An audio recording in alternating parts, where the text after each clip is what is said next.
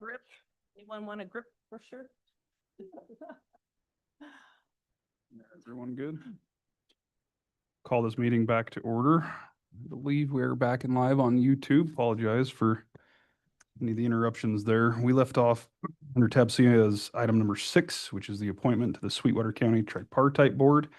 And joining us this morning is County Grants Manager Christina Marshall. Good morning. Good morning. So, Mr. Chairman, Commissioners, I thought this would be a great opportunity to educate you about the Tripartite Board. So, the Sweetwater County Tripartite Board is a public advisory board, not by state statutes, that carries out what we call community action or partnership initiatives to reduce poverty. The members participate in the development, planning, implementation, and evaluation of programs to serve low-income people, including the elderly and children in our local community.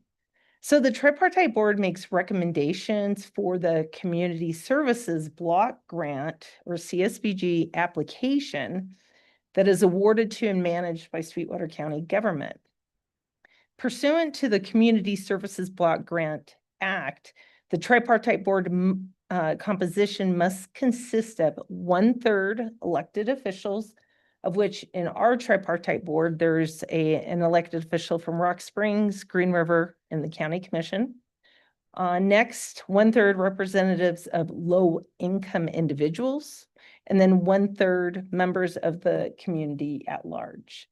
So at present, there is a vacancy for a representative of the low-income sector who must be selected through a democratic process. Again, that's through the CSBG Act, and does not need to be low income themselves.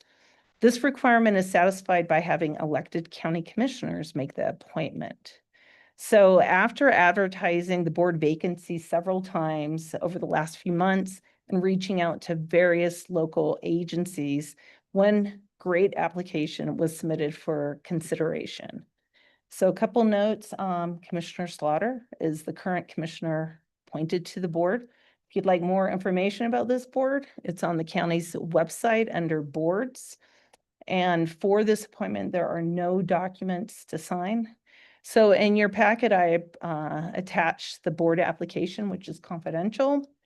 And then I also provided a copy of the current Sweetwater County Tripartite Board bylaws that explains this process. And with that, I'm asking your approval to appoint the individual to the Tripartite Board. Very good. Thank you, Christina. Appreciate it. Very detailed as always. Any questions on the Tripartite Board appointment, Commissioners?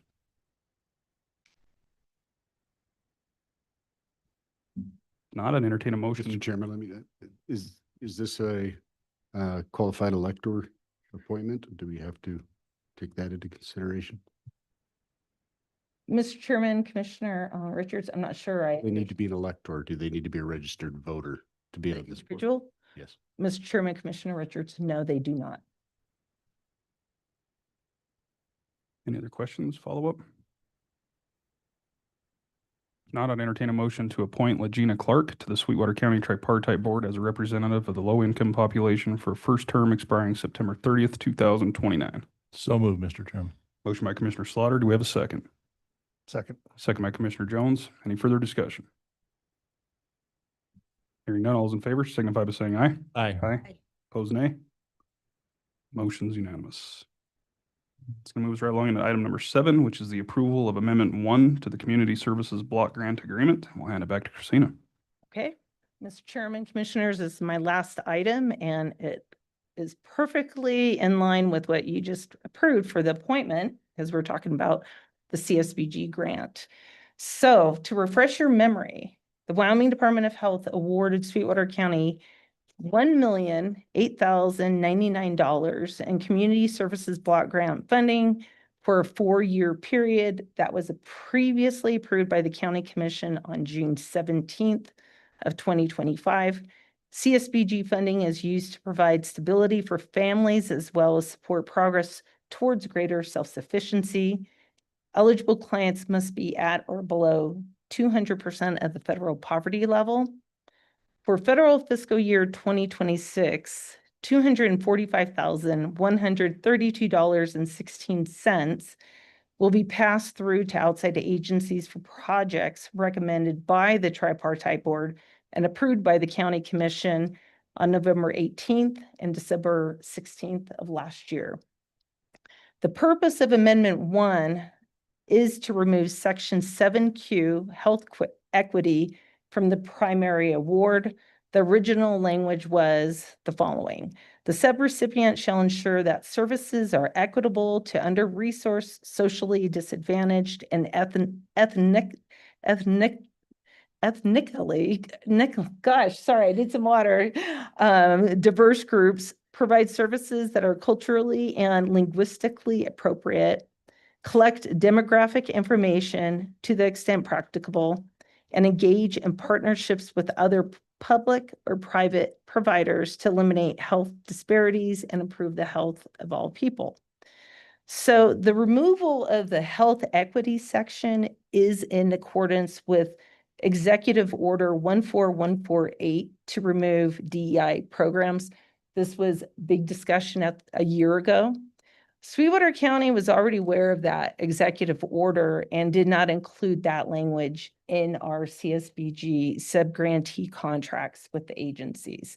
So this is the only amendment with the state that is needed. So in your packet, you have Amendment 1, you have the original block grant agreement.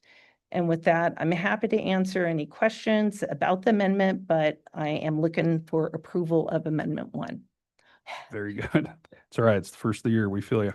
Thanks, Christina. Any questions on the amendment, commissioners? If not, I'd entertain a motion to approve and authorize the chairman to sign Amendment 1 to the Community Services Block Grant Agreement as presented. So Motion by Commissioner Slaughter. Do we have a second? Or Second. Commissioner Richards, excuse me. Do we have a second? See, now it's wearing off on me. Second by Commissioner Jones. Any further discussion? Hearing none, all is in favor signify by saying aye. Aye. Aye. Opposed, nay. Motion's unanimous. All right. Thanks, Christina. Thank you. Appreciate it. And that's going to bring us to item number 8, which is the notice of intent to implement a public records resolution adopting uniform rules and regulations in Sweetwater County. And joining us back this morning is County Clerk Cindy Swenson. Good morning. Good morning again, Chairman, Commissioners. We had at the last meeting the discussion on the notice of intent. This is the second portion where signatures would be required if we move forward. After the notice of intent to implement a public records resolution adopting uniform rules and regulations in Sweetwater County. This is, I will advertise it. It will go on the county webpage and the public has 45 days to comment. I have written in here, written comments would be received by March 2nd. And then we would hold the public hearing on March 17th. At that meeting, a resolution would be brought forward with all of the public comments presented at that time in writing. Very good. Thanks, Clerk Swenson. Any questions, commissioners? Seems like we've been doing a lot of these lately with the notice of intent, but if none, I would entertain a motion to proceed with the notice of intent to implement a public records resolution adopting uniform rules and regulations in Sweetwater County as presented. Mr. Chairman, I would make that motion. Got a motion to approve by Commissioner Toman. Do we have a second? Second. Second by Commissioner Richards. Any discussion? Hearing none, all those in favor signify by saying aye. Aye. Aye. Opposed, nay. Motion's unanimous. Thank you. Thank you. Appreciate it. It's going to bring us to item number 9, which is the notice of intent for oversized and overweight vehicle regulations. And joining us this morning is Under Sheriff Joe Tomich, and I got the sheriff in the audience as well. Good morning, sir. Good morning, Mr. Chairman and Commissioners. So this is just follow up from the last meeting as far as the size and weight regulations for vehicles on Sweetwater County roads. Before you is the notice of intent to establish the regulations for size and weight of vehicles on and loads on county roads within Sweetwater County, establishing that permitting process. So this is the beginning of that regulatory process to go forward and start that permitting that myself and the sheriff discussed at the last meeting. At this point in time, the legal advertising has been done by the clerk's office. That was done the week of the 22nd of December and then again the 29th. At this point, the intent would be to have all written comments received by February 20th of this year and then proceed forward with the hearing on March 3rd at that board meeting. So at this point, I would defer it to the board to make the decision on the notice, to enter the notice. Very good. Thanks, Joe. Appreciate that. Any questions on this notice of intent, commissioners? If not, I'd entertain a motion to approve and sign the notice of intent to establish the mandatory 45-day comment period for the establishment of regulations for the size and weight of vehicles and loads on county roads within Sweetwater County and establish the permitting process for oversized and overweight vehicles and loads as presented. So moved, Mr. Chairman. Motion by Commissioner Slaughter. Do we have a second? Second. Second by Commissioner Jones. Any discussion? Hearing none, all those in favor signify by saying aye. Aye. Opposed, nay. Motion's unanimous. Thanks, gentlemen. Thank you. Appreciate it. It's going to bring us to item number 10. We're on a roll today. We've got the BLM right-of-way renewal for County Road 97, the Tri-Territory Connector Road.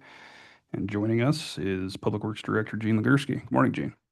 Good morning, Mr. Chairman, Commissioners. What this is a renewal that we have to go through for the BLM or every 25 years or so on various county roads. This is the road, County Road 97 is the road that connects 191 and Yellowstone. If you guys know where it is, it comes off of the Chilton Road. And if you just buzz across 191 right there, that's the one that connects us. So just the standard paperwork through the BLM. We are going through with the BLM trying to get these for an indefinite period instead of a timeline. Sometimes they do, sometimes they don't. It just depends on what reviewer we get. So we'll try to push this for an indefinite time so we don't ever have to renew it again. Very good. Thanks, Gene. Questions on the renewal notice, commissioners? Not, I'd entertain a motion to approve the BLM Form SF 299 as presented and allow the chairman to sign all necessary documents. So moved. Motion by Commissioner Richards. Do we have a second? Second. Second by Commissioner Jones. Any discussion? Hearing none, all those in favor signify by saying aye. Aye. Aye. Opposed, nay. Motion's unanimous. It's going to bring us to item number 11, which is the discussion on options for Bridge ETE, the Gasson Bridge. We'll hand it back to Gene.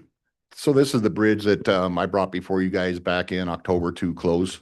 We've evaluated all the possible options of that bridge, and I presented them to you guys in a letter. In my letter, I recommended a way that I thought we could save the county money to do this, but I wanted to bring it in front of you guys to make sure that we all knew what the options were and what you guys ultimately wanted out of that bridge.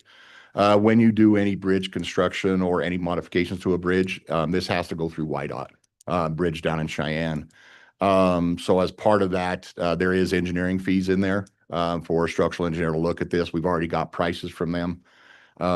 Even if we replace like from like, we're not doing everything that YDOT wants to that bridge, simply for the sake that that bridge will get completely replaced in 2028, hopefully. That's when it's on schedule to be completely demolished and replaced, upgraded, all of that.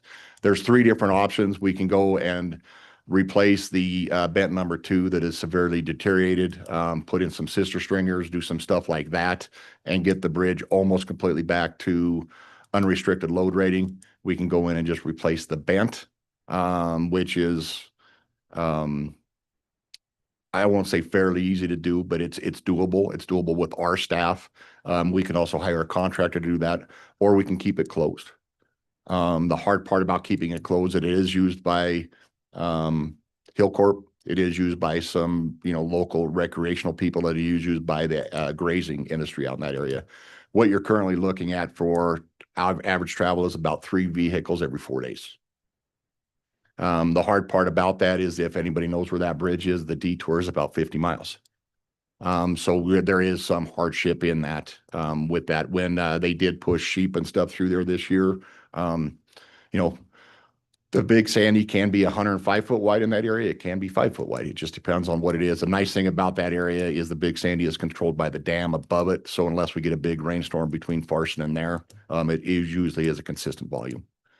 So with that, you guys have all the different dollar figures and everything like that. If you guys have any discussions before I get direction from you guys, I'll welcome any. Yeah, so I see your recommendation. Thanks for putting all that together, Gene. And we got that report, I think it was back in September, and it was very in-depth, very, telling of the condition of that Yes. bridge. And obviously, it looks like, as we'll hear next from YDOT, it is on their And they're still, STIP for 2028. So we'll see what happens with that. But I guess one of the recommendations was the full repair Mhm. versus or is it versus the bent repair? Is it one or the other? Or is it both on your recommendation? on the recommendation, we would just tackle the bent. In order to do put sister stringers in and stuff like that, that is a pretty involved process with multiple cranes and stuff like that, could we do it as a road and bridge? Yes, but I think it would take probably 2 or 3 weeks to do, when the bent would probably take a full week to do itself. So, you're looking at, if we're going to go to that full extent, I'd rather hire the contractor to do it and get it done in, 2 to 3 weeks. Okay. And currently it's closed, just Currently it's closed. condition of it. Yep. This- Yeah, and with that, just so you guys know, I've been talking to Chairman West about that. We had 10 signs get destroyed up there about 3 weeks ago, and about 4 weeks ago, we had our the sheriff's variable message side get shot up, and then finally they took a shotgun to it about 2 weeks ago and completely blew the sign apart. So it's a $14,000 sign that got destroyed up there. Just warning people that the sign, that the bridge was out, please turn around or go somewhere else. So Which we could use that money to fix the bridge. It looked like. 100%. Yeah, pretty close.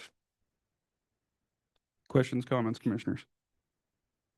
Just so you know, we have found some timber beams that are long enough and wide enough and are of the correct material in Oregon, a couple up in North Dakota, and one in Montana. So we do have some prices that we can get to get those down there. The main concern is just freight. Freight out of those for a single beam to come down is a lot. So given the timeline, that was my only concerns. If it does stick to whiteout STIP and they're going to replace it in 28, it sounds like this is something that could be handled. Mhm. by Yeah, we your- could by handle your it this staff spring. This spring, and spend, about $25,000 to get that bridge to a rating where a pickup truck can go across it. Nothing else could go across but a pickup truck. And we could get it so people wouldn't have to go around it. My big concern of why I brought that to you guys is, it's $25,000 on something that's going to be gone in 3 years. 2. Yeah.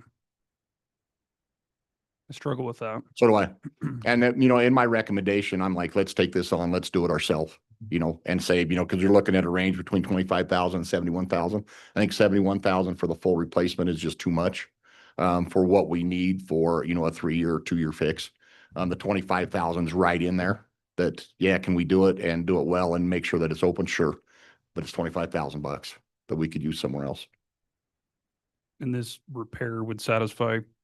It would satisfy the current, because right now in 2023, that bridge got load restricted. And so that replacing that bent would get it back to that load restricted limit. Okay. Additional comments or questions? Mr. Chairman, this having been a bridge that I have traversed many times in my life, and knowing the hardship it would be for people to have to go around, I certainly see the issue of spending $25,000 potentially now on something that's going to be redone in 2 years. But I think that it would be justified from what I've seen based on what my experience has been in the past. So I would be in favor of moving forward with Mr. Legursky's recommendation. Commissioner Jones? Thank you, Mr. Chairman. Gene, what's the load restriction after the repairs, if we went that route? What's the weight restriction on? Off the top of my head, I can't remember, sorry. There's a picture of the sign in here.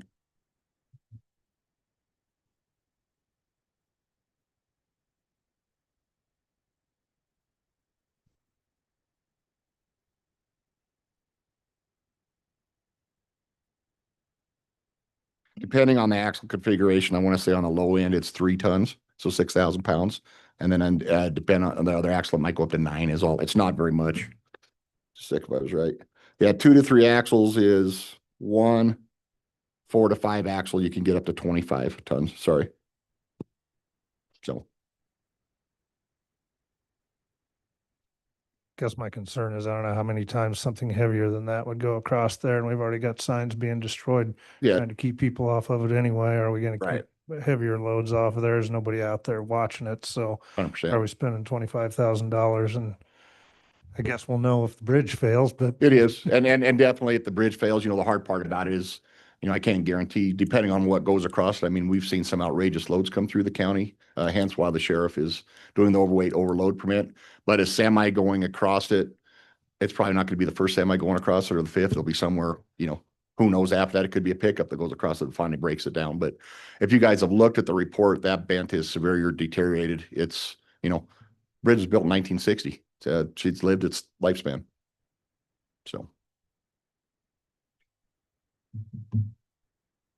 Additional questions? Mr. Chairman, Commissioner so Richards? just to be clear, what you're suggesting is scenario Mhm. 1, option 3, bent repair. Yep. So sub option B.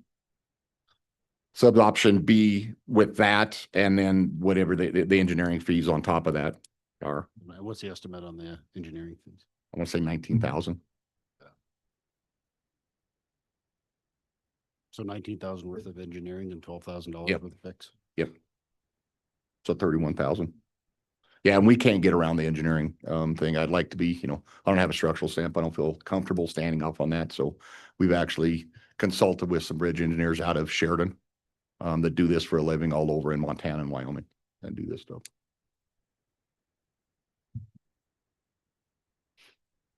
The White Dot Engineering didn't cover that. YDOT does not do bridge engineering for counties. They will do it on state highways and state-owned bridges only. So obviously my concern is, I understand the need for it, and obviously it's been signed off, closed, I should say, Mm. temporarily. I hate to put money towards something that's just going to be replaced in a couple of years, but also that could be eliminated from Whiteout's STIP, It could be. who knows what their situation could be Yeah, like. in a and they'll couple cover years. that more. It's through federal funding. Okay. And I don't want to speak to Whiteout, but it's through federal funding that is 100% paid for by the bill. Okay. It's tough. It is. It's really tough. After I wrote this, I've been through it, and then that's why I brought up the ADT. It's a yearly ADT. You don't see those very often, but when you have a yearly ADT in the 279 vehicle range, it's not a very well used road. Times of the year it's busy. Hunting season, sightseeing, obviously during sheep and stuff like that. It is. Hillcorp does use it. Varies on how much they're actually getting out, but they do use it once a week with their pumper that actually goes out there and checks the wells. But, looking at the thing, I don't know exactly how many wells out there, but on the GIS, there's probably 12. And it's to the south side of the bridge. So they would have to come down, get on the interstate, come into Jamestown, and then go all the way up Blue Rim. They could kind of go through, I guess, if you wanted to, they could go by on the old Stauffer Road and then cut up. But he comes out of, Camera, I believe. Any other comments? Mr. Chairman. Commissioner Jones? So you'd put numbers in here about the number of folks that, or number of trips, how often this bridge is used. And so it's pretty rarely used, quite honestly. It is. It's like I said, and that's why I broke it down. When you look at the yearly ADT of 279, it's 3 vehicles every 4 days ish. But like I said, I've been up there where, you can be up there when we're doing the bridge and 10 cars will go across it. But then, you're never up there for, another couple of days, no cars will across it. It's one of those ones that it is in the middle of nowhere, but it is the only bridge that goes across on that side of the green that goes across there. Yeah, obviously, I understand that people use it, but just not very often. So Yeah. I'm gonna have a hard time spending money on something that's gonna be replaced in another year-ish. Yeah. Myself. So since it has been closed, have you heard from Hillcorp? Hillcorp, yeah, they've called us and they said, what happens if it starts snowing and we need to get around? And they said, give us a day or two and we'll make sure we get a couple blades so you can get all the way up the Blue Rim to be able to do your stuff and come out. And they're like, okay. That's, I hate to say it, that's the only good reason for the weather that we've had is because we've made those promises and we haven't had a blade yet, but at some point it'll come. Hopefully it'll fill up some reservoirs. Yeah. But right now we haven't had to do it. Mr. Chairman, Commissioner Slaughter? Gene, just knowing our people who traverse the county, as I say out in that country. Have you seen anyone who's attempted to cross? Not at the bridge, but in other areas of Sandy, or would you anticipate that people would start doing that potentially with a bridge cross? I wouldn't hazard a guess on that. I mean, if you know, sure, I've seen people cross everywhere on the thing. You know, if you know where the Big Island Bridge is, it's been out for how many years? People still cross that thing and you can see through the deck all the way across it. So I wouldn't put it past anyway, but I'm not going to say I've seen anybody. Have we noticed we go up there and check those signs a couple times a week, usually on Monday? Every week they're moved out of the way and somebody's went across the bridge, yes.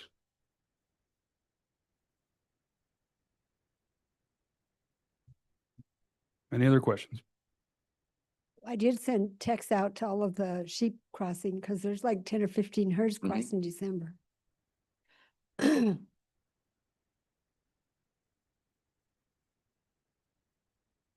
Well, I would entertain a motion to approve of the recommendation of the Public Works Director for the repairs on the Gasson Bridge as presented.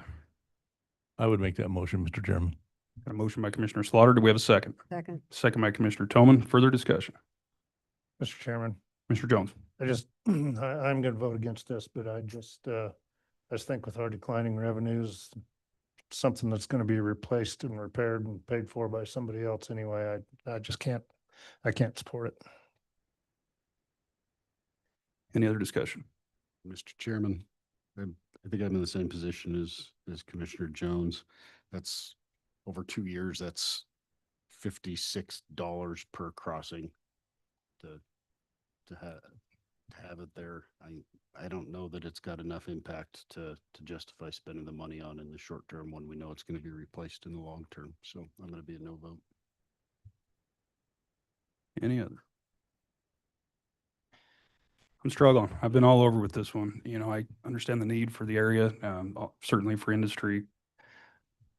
It's been closed. I also understand, you know, financials and the impacts that we've had with the budget. It seems silly to put money towards something that's going to be ripped out in a short couple years. And if there's ways that we can accommodate for some of those in the area to get by temporarily, then I think that's probably more economically wise. I appreciate the options you put together, and certainly for responding to the request to YDOT, but I'll probably vote against this one as well. With that, we got a motion and a second on the table. We'll roll call this one, starting with Commissioner Richards. Nay. Commissioner Toman. Yes. Commissioner West is a nay. Commissioner Jones. Nay. Commissioner Slaughter. Yes. Motion fails 3-2. Thanks for your work on that, Gene. I know that was a lot of. No problem. And we have regular road closed signs that are going to be permanently installed up there so we can get the one useful sign back to the sheriff's office. All right. Thank you. Thanks, Gene. Appreciate it. It's going to bring us to our last item of regular business before us this morning, Commissioners. We are still a little bit ahead of schedule. So item number 12 is the YDOT State Transportation Improvement Program, also known as STIP, and the update on the current and future highway projects in Sweetwater County, some of which we just spoke to. And I believe we've got quite the team here this morning. So District Construction Engineer Peter Stinchcomb, I believe Stephanie's with us, obviously Mr. Edens and members. So welcome all and introduce yourselves if you would. Appreciate you coming over. Mr. Chairman, Commissioners, thanks for having us here today. A little bit of background, I think each of you we've presented the STIP to this group, but we usually do it in the spring. So if you notice, we did not make it out this spring, but we did receive public comment via virtually. So what we're doing is we're shifting this process.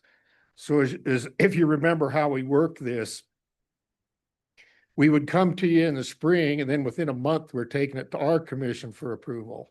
So now we're bringing it to the commissioners and the public in January and February so that we have, you know, the remainder of the winter and the spring to put our draft together and then submit it to our commission.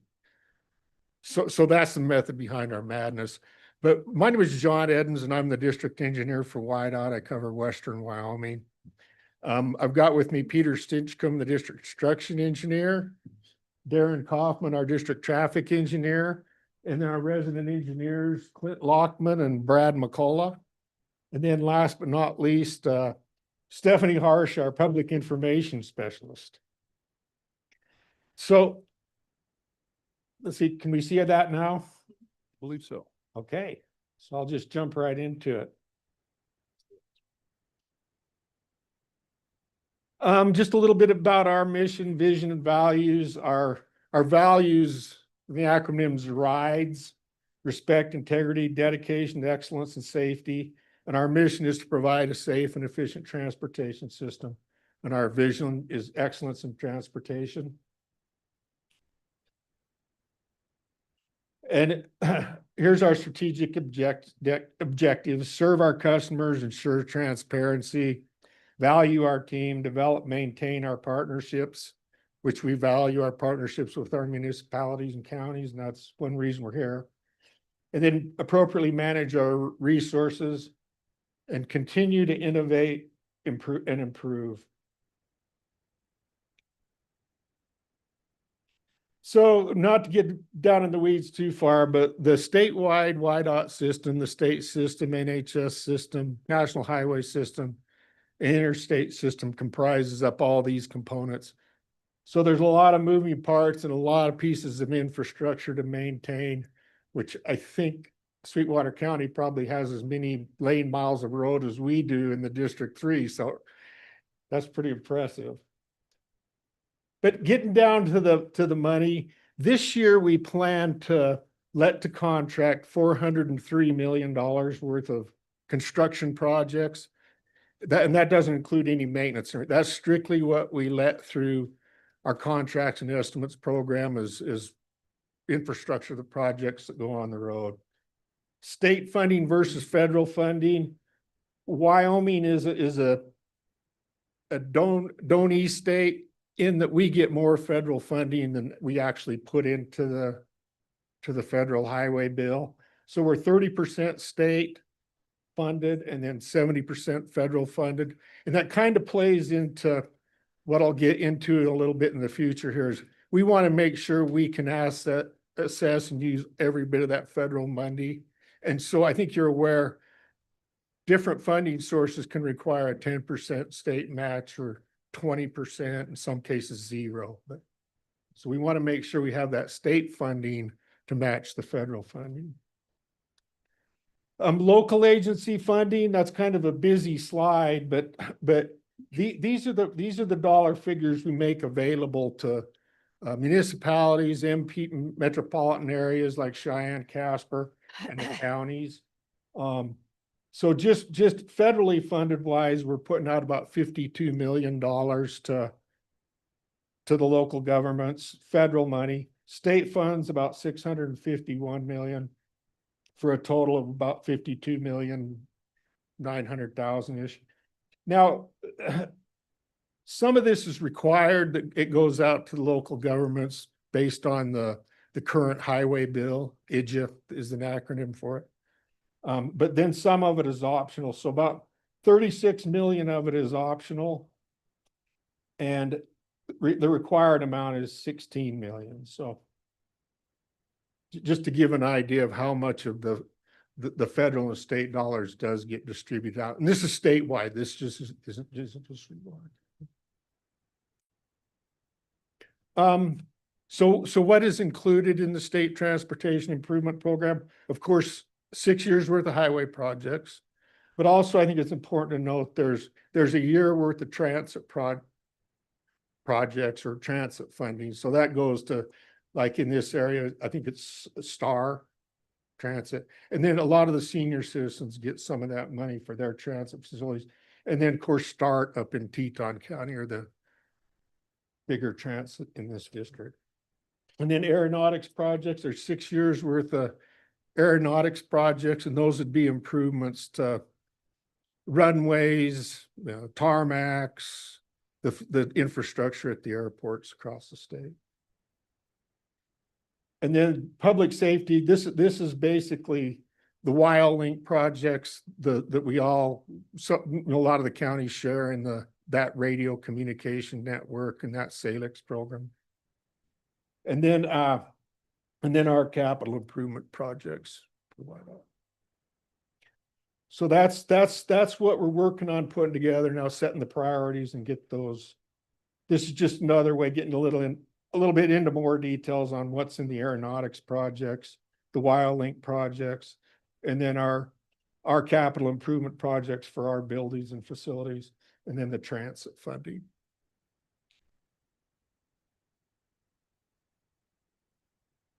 Just a little bit about our budget. Estimate each year, our executive staff and commission run through an evaluation and determine how the money gets distributed to each of the districts. And that's where Pete and I get, here's the amount of money you have for each of these fiscal years for the 6 years. And then we're tasked with moving that money around so that when we program projects, the estimate at the time, it equals that amount we're budgeted for.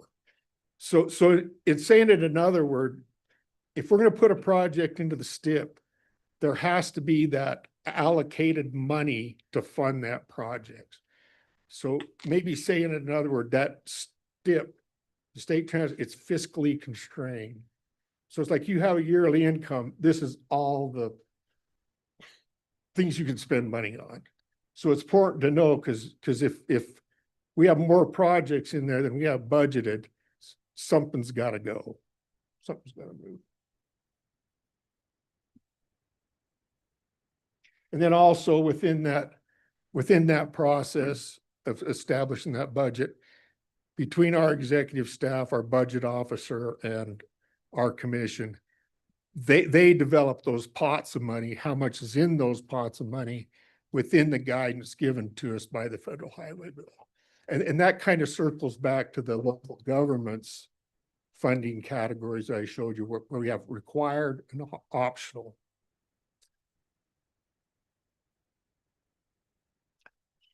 Okay, this is just kind of a quick overview of our process, and I think you've seen this a couple of times, but now what has changed here is on our prior flow chart, we were getting public comment in, March, April, May, and then we were taking our candidate projects to our commission, and having it to them by September. So we kind of moved that forward to where now we're getting the comments in January, and we'll be done in February with these meetings to get it ready to go to our executive staff and then our commission in September. So. And then in September, the feds approve our STIP, and then our transportation commission approves our STIP.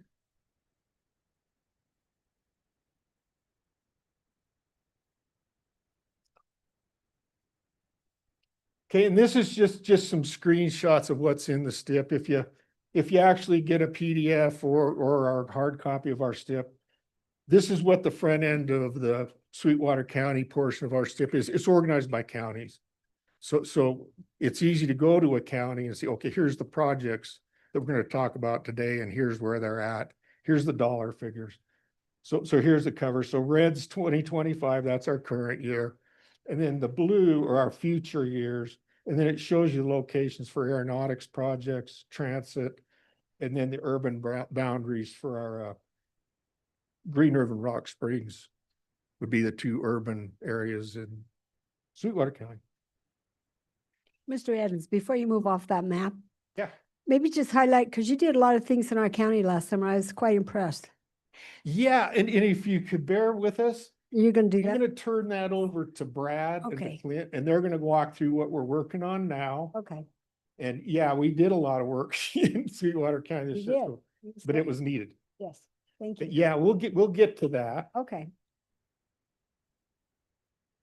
But and if you go into our STIP for Sweetwater County, this is the listing, and you'll see this, a table similar to this for each of the years. So the STIP that'll be coming out will be 2027 out through 2031.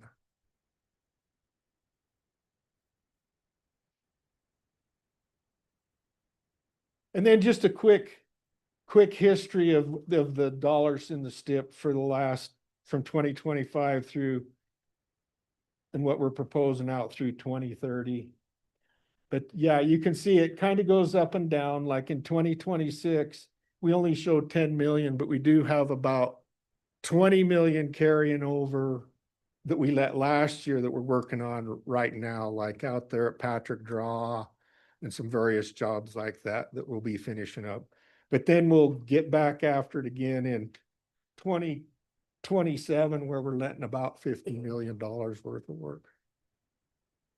And I think I've said this before, but, and I'll let the guys dig into it a little deeper, but where we, we got way behind on I-80 in 2021, 22, and 23. We had a lot of issues with chuck holes on the, out by Granger to the Uinta County line. Of course, it looked like an Iraqi war zone out there at Bitter Creek and Patrick Draw.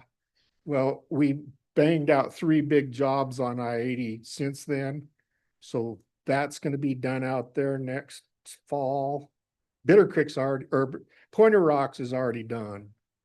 But Patrick Draw will be finished up next fall. So I think we got caught up, but that just tells me, and this is my idea, but we have to do at least 2 major pavement rehabs on I-80, or that's what happens to us. We get behind. We got 184 miles of I-80.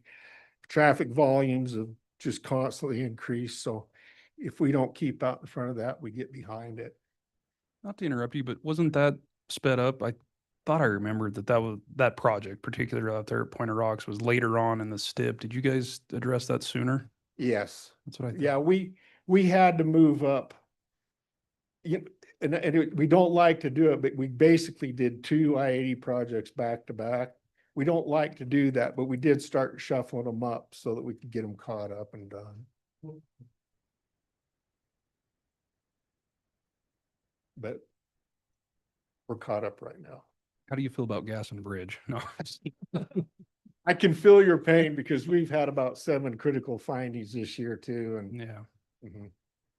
We just had to do an emergency bridge repair on a bridge up in Jackson over Fish Creek. That it was basically going to get closed. And of course, that road carries a bunch of commuter traffic. So yeah, we had to do something similar to what Gene was just talking about. We had to go in and replace some rotten girders, and it was a tough decision because that bridge was up to be replaced in 2 years. So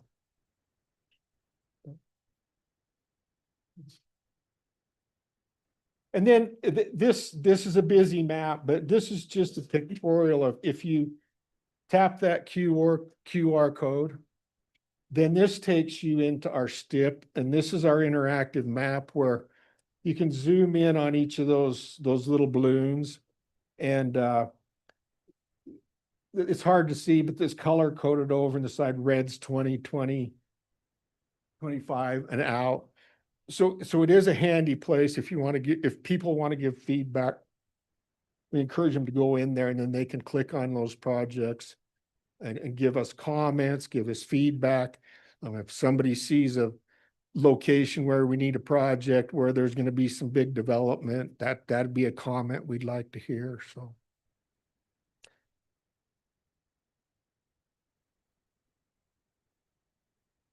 And then similarly here, there are funding opportunities for local governments, and that QR code there takes you to our local governments coordinators website, and that's where they go into details about the transportation alternative projects that are available to counties and towns for different bicycle pedestrian type enhancements, beautification projects, bridge replacement off systems in there.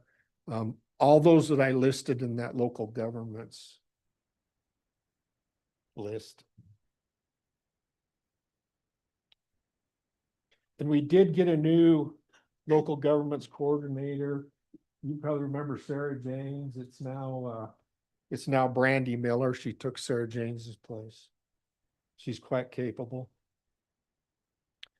Oh, and then also that'll take you to, if there's any NOFOs out there for discretionary federal grants, that'll give you information on those too. Okay. Introduced our crew, but almost any of us in the district office you can get a hold of by dialing 352-3000. And then our emails are listed there. And then also we've got John Davis, our management services manager in Cheyenne. And he and his crew are or good contacts if there are federal discretionary grants that the county would be interested in applying for. Their office is a wealth of information on that and can assist in getting letters of support from our director in YDOT. I mentioned Brandy Miller. And then we do have some different leaders on executive staff now. Keith Fulton, who was our assistant chief, is now our chief engineer. And then my direct supervisor is Mark Ayan. He's our new assistant chief engineer. He was previously the district engineer Casper. And then Brian Olson is our assistant chief for engineering and operations. And Brian used to be our director over aeronautics. So I'll pause right there. Do you have any questions for me? I'd be glad to. Thanks, Mr. Edens. Appreciate the background and detailed information. Questions or comments, commissioners? Commissioner Jones.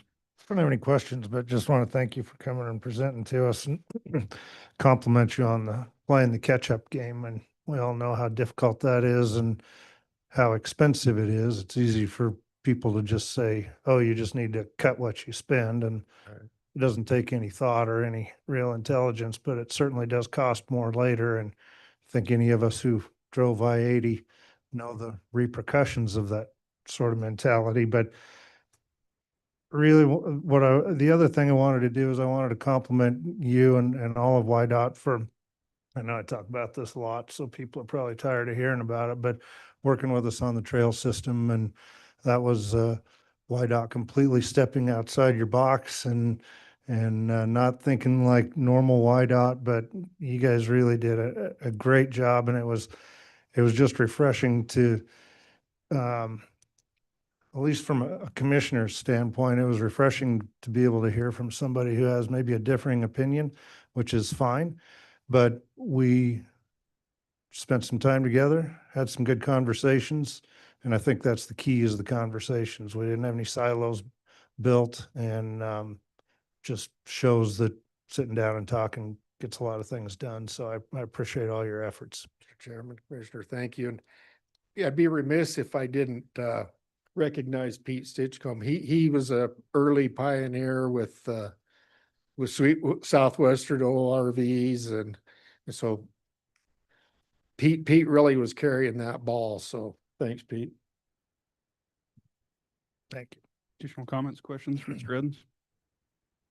It was a busy year, as stated, between the tunnels and all the various other projects you've covered, but we certainly appreciate the relationship and Thank you. what you get accomplished with the STIP and the different relationships we have. So thanks for keeping the lines of communication open. Thank you, Mr. Chairman.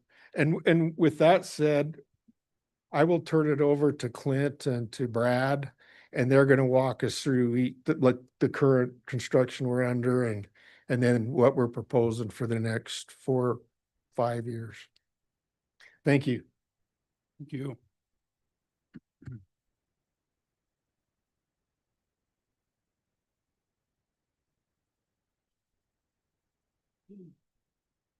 Morning, gentlemen. Morning, Mr. Chairman, Commissioners. Guess we go, I don't know, up or down arrows. There we go. The current project still working on. Obviously the westbound lane of the tunnel, all the concrete work is done, but gonna finish the electrical this year. Should be done by completion date is June 30th. I guess just right now it's showing 2027 for finishing the electrical in the east tunnel and ITS upgrades and some safety devices in both tunnels. So that's going to be continuing over the next couple of years.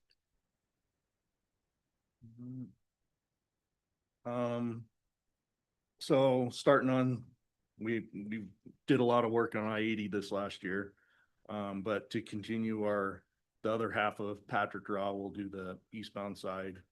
And then also just our Wyoming 376 or the Rock Springs Belt Loop, it's in pretty rough shape for many years now, and we're gonna go in there and do some slab repairs and regrind it and make it nice and smooth and stuff, so.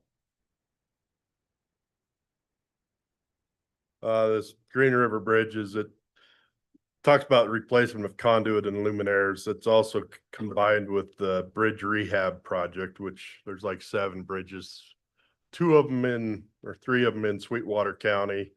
The eastbound lane, west side of the tunnel, replacing that bridge deck half at a time, since we also got the tunnel going on. Combined with that is you went to here in Green River, the southbound lane over the Green River. That deck's getting replaced. We'll have traffic head to head in the eastbound or in the northbound lane doing that. And there's also the bridge deck over the Green River up by Seatskiddy on Wyoming 28. That's just getting some deck repairs, but that lighting upgrade on the bridge here in town combined with that. Is that your slab replacement? Yeah, so then also we're doing for this next year is some slab replacements, mainly on the Marginal and Rock Springs. But we do have a couple spots on the I-80 business loop in Rock Springs, and we're gonna start meandering and working on some of this concrete just outside on this road out here, so try and get some of that stuff going every year from now on, so. And it looks like we got also while we're doing the belt loop work, we're also doing some lighting upgrades there at a couple of our interchanges there, or intersections. Not sure what that one. Oh, that's a city job on Monroe for ADA upgrades. Okay, so that's a city. And then in 2027, we're gonna, like John reiterated, is trying to get caught up on these interstates. This is kind of the second round. It's been like 15 years since we did these ones, but gonna start working on our Wamsutter West job, which includes the Wamsutter interchange. And because of all the truck traffic right there, we're actually gonna make that interchange into concrete, and hopefully it lasts a whole lot better than it has been. And then on the new concrete section we did just east of Rock Springs, we're just gonna do some quick pavement marking lines, permanent ones in there.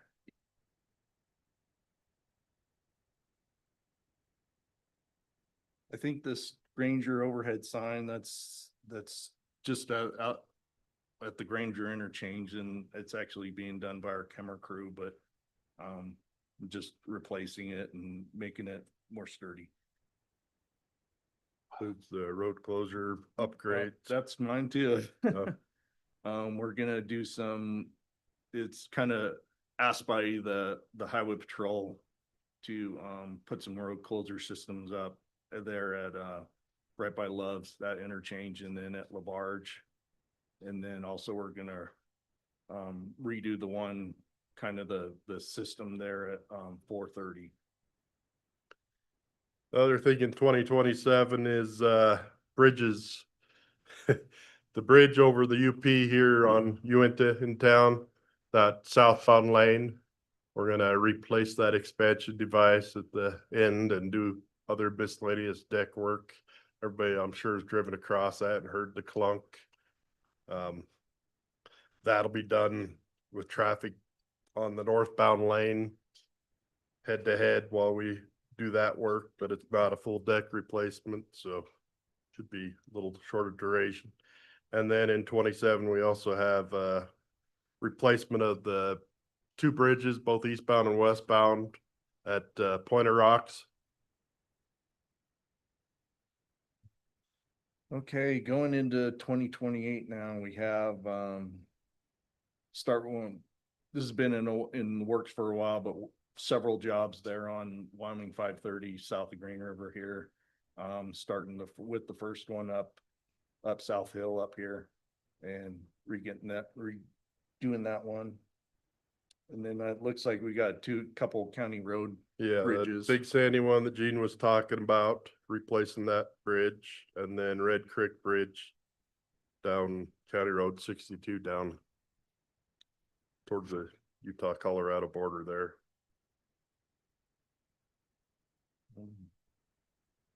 Rock Springs to Green River, that's the asphalt overlay on the concrete between Green River and Rock Springs. Gonna mill that up, replace the joint sealant in the concrete slabs underneath with a more compatible sealant so that the asphalt will stay on in them joints, and re-overlay it with that high performance wearing course that has shown to be quite a significant showing a decrease in accidents and improves the skid resistance and just. Another one on Wyoming 530 down by the Utah state line. We'll get that one re-overlaid down there. And then 191 south down close to the border, just a mill level overlay there in 29. Now we're into 2030, continuing on I-80, we'll do what we call the Tipton section, which is basically the end of the Patrick Draw, what we're doing now, all the way a little bit past Tipton interchange. Hopefully just a mill overlay, some bridge rehab type work. And then also continuing on 530, about halfway down the roadway, we got another section down there. Also, Oh, and then I also have all these, so basically on the current Patrick Draw section that we're doing right now, we're just doing the asphalt work. And in this job, we actually got some special money that we're gonna replace six of those structures in that section.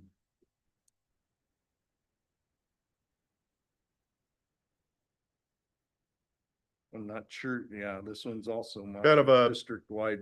Yeah, just a mishmash of a bunch of that's in 2030. That's our big year of doing a bunch of bridge rehab work all through the district and actually through the state, I think. So, but there's all kinds of different various locations of what we're doing.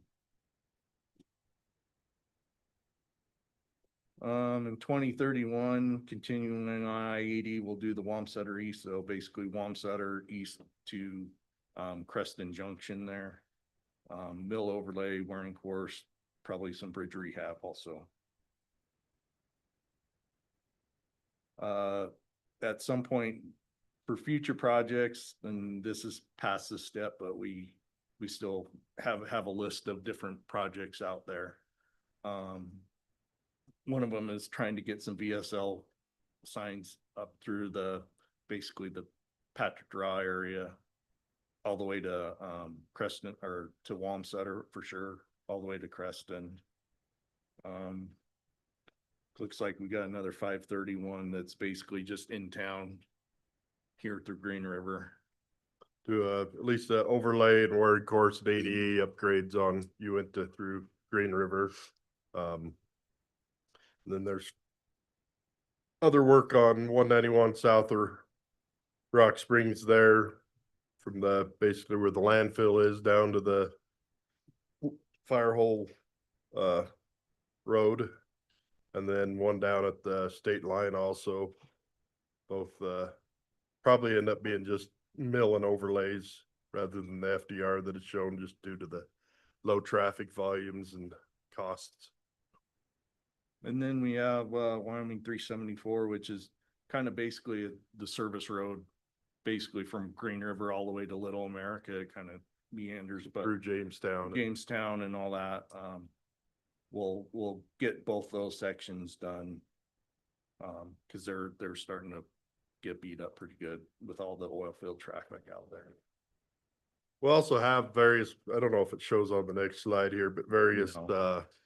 what we call district-wide projects, where we do a lot of slab replacements, chip seals, crack seals on various roads throughout the district. So we're kind of continuously trying to hit some of them real bad locations where we've got broken slabs on the interstate. That's a big focus on that, but we keep it district wide to address the worst of the worst, isolated little spots as they come up best we can. And looks like you got another QR code that you can scan for learning anything about the step that you have any interest in, so. Any questions? Questions on future stuff or wants maybe? Questions, commissioners? Mr. Jones? Thank you, Mr. Chairman. Just one question. Can you guys explain the difference between why some places you put pavement down and some places you put concrete down? I know people ask that all the time, and it's, Well, try to put concrete down like through towns on the interstate where you have a lot more truck traffic entering and exiting. The turning movements is really tough on the asphalt with heavy truck traffic. Obviously, asphalt is cheaper, so we can't put concrete all the way across the state for just the sheer cost. But if we can in towns and trying to put it like he was talking at the And Wamsutter major interchange. interchanges, it's basically changed with the truckloads that we've got going through there. We're gonna try and make them so they're more easily maintained and that type of thing. But just a big thing is on cost, especially with the one that we just did, like Easter Rock Springs there. I mean, we had it set up for just a regular asphalt overlay. It was like $15 million. When we changed to concrete, it at least tripled it. So, but in theory, we also make it last longer for another 50 years too. So it's kind of that whole back and forth there. So. If I may, Mr. Chairman, I just add, that's quite a process.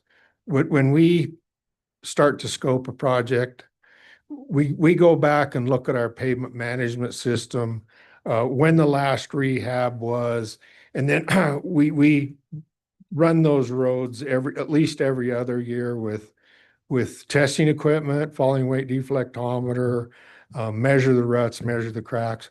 But like for instance, then we run a cost benefit. In some cases, your pavement's deteriorated to the point where you can't just do a mill and overlay on it.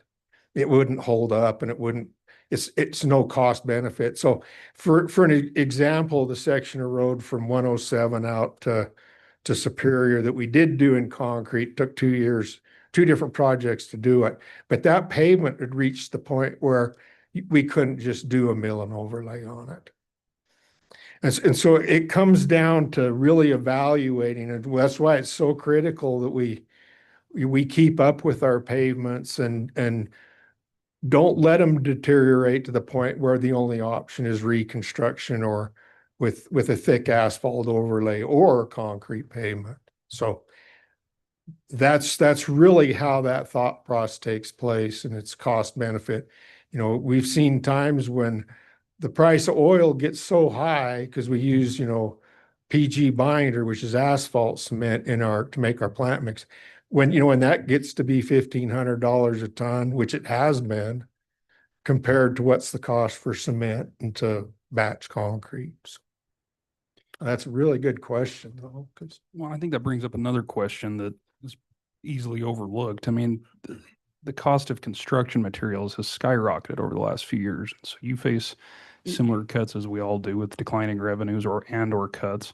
And I would imagine, based off your opening, remarks in the STIP and trying to plan accordingly with the bucket you're given, Right. Obviously you're going to be faced with inflation and trying to account for, those costs. How is that looking? I mean, we see it here, so obviously. Mr. Chairman, that's huge. And, I've been in this business for a lot of years, and, I was here when we were managing a STIP 2000 through 2010, 11 and 12. And quite frankly, it's the truth. We're getting less money, or just about the same money that this district was budgeting to in 2008, 9, 7, 10 in there. And so we're getting the same amount of money basically. $80 million a year, plus or minus. Back then we had years where we had 130 million, but I can show you 10 different ways how the cost of road construction, big bridge construction, in municipal infrastructure is tripled. Between 2010 and now, we would do 10 miles of interstate for $9 million in 2007, 8, 9. Now, 10 miles of interstates, we're talking 20 or 30 million. It's a fact. We were rehabbing or maybe even building bridges for, $75 a square foot for a bridge deck. Now that's almost $300 a square foot for a bridge deck. So it's just a fact. And that's why YDOT's in pavement preservation mode right now. We can't afford to reconstruct it. I think that's a very key point that no Yeah. one understands, and we deal with it too. And being, footprint, one of the largest counties in the nation, it doesn't go away. And if you fall behind, as you spoke to earlier, then you just get further behind with the same amount of funds or lack thereof. And it's a big system. It's an important system, and it's a shame that a lot of politics gets in the way of reality in that realm. Right. Okay. Mr. Chairman, Mr. Tillman. I just want to thank you for all the projects. You did LaBarge Road last year, Highway 28. Looks like you're changing out the cattle guards. I might ask if you could repurpose them, maybe where you fence 372. The oil companies aren't shutting any gates on us. So that's my ask. We'll definitely look at that. Yeah. I don't know, after running every oversized load that was going westbound on 28, I don't know there's much left of those cattle guards. Yeah, I don't know. It's just that they don't. They took a beating.